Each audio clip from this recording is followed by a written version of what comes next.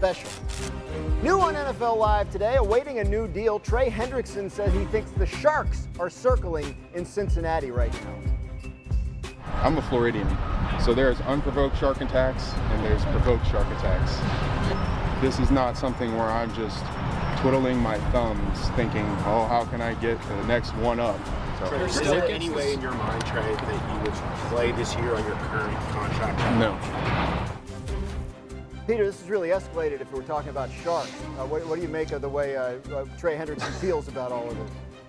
Well, there's blood in the water from one side, but it seems like the Bengals aren't budging. I find this actually refreshing in a way. A lot of times we go through the agents and the players aren't speaking publicly, but like Trey Hendrickson is a 30-year-old man who has signed multiple deals and is looking to get paid and is basically very measured, and came in and said, look, I met my wife here. She was a nurse at the VA right down the street. Like, my kids were born here. I want to play here. It's not fair based on market value what I'm making right now. So I would like to see a new deal, and the Bengals aren't budging.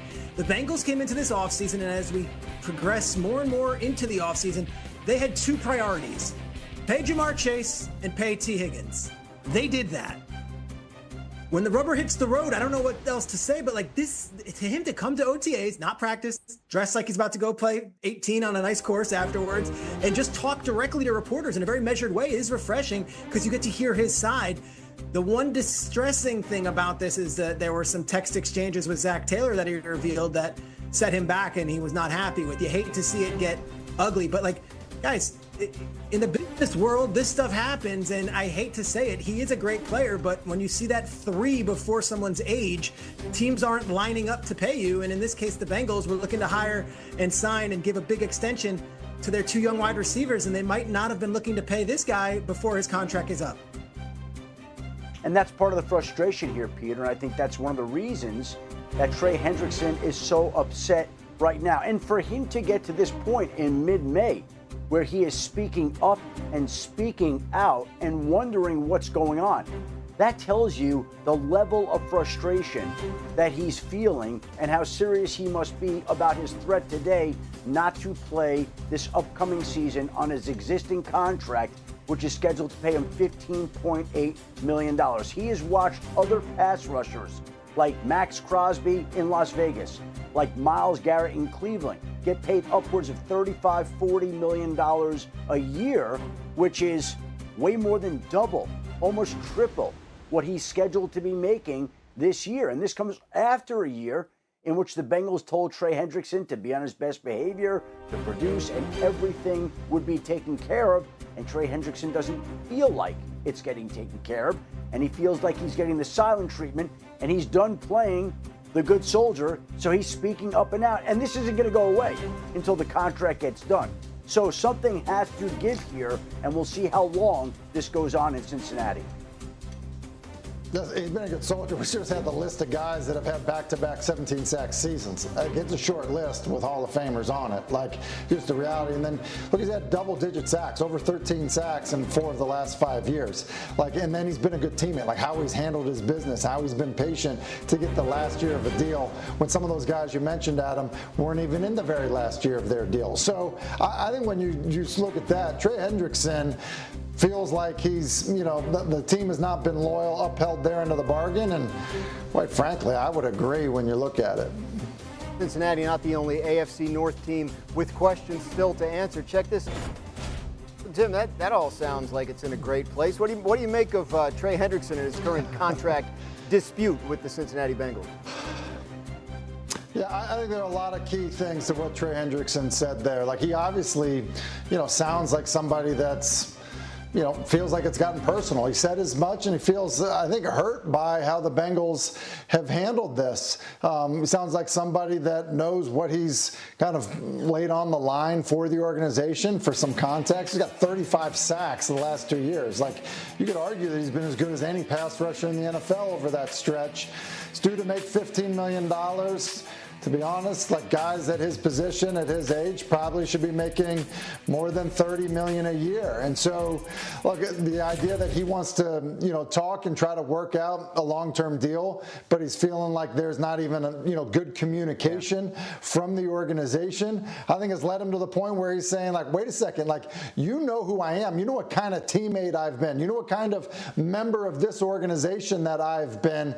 And this is how we're going to communicate about me potentially getting a contract extension. So, look, I understand it. I actually, sympathize with him quite a bit because if you look at the Bengals, especially guys on the defensive side of the ball that probably deserve to be rewarded, Trey Hendrickson would be at the very front of the line.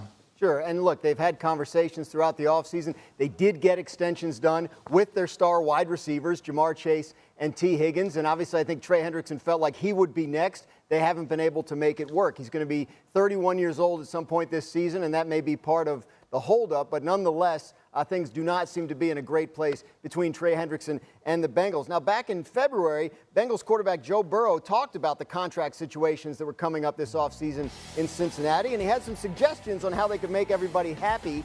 Here's what Burrow said to Barstool Sports at the time, quote, "You could convert some of the money into a signing bonus, which will lower the cap hit.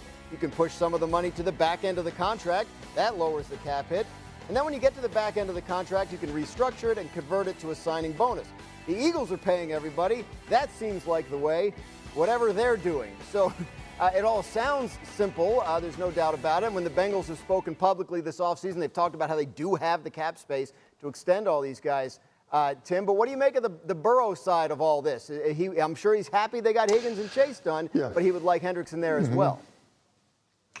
Yeah, I think this is one of these scenarios where when you're the star player and you're the guy that's making the most money of anybody on the roster, look, your posture and position needs to be exactly what Joe Burrow is saying there, which is very player and teammate friendly. And look, oh, hey, these other teams are doing it, and there's got to be a way to work it out, and I'm willing to be, flexible with how I'm getting paid. Like, that's what you say. Whether it's true or not, like, that's what you say. And then, ultimately, it's not Joe Burrow's job to be, the salary cap guy. It's the Cincinnati Bengals' job to figure out how to negotiate good deals with their star players, retain their good players, to draft players that can play on rookie contracts. And then it's Joe Burrow's job to try to be as good as Patrick Mahomes or Lamar Jackson or anybody that he's going to face in his conference. So I think it's one of these things where, like, we can put a lot of stock into what Burrow is saying. At the same time, he's always going to be player friendly,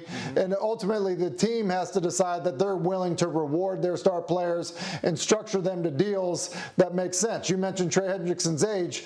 Look, yeah, he will turn 31. He's got 35 sacks the last 2 seasons. That is hard to replace.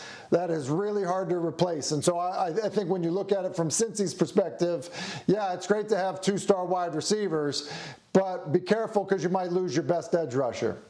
As we mentioned earlier, welcome in now Adam Schefter. Adam, what more can you tell us on this whole situation, where things stand with the Bengals and Trey Hendrickson?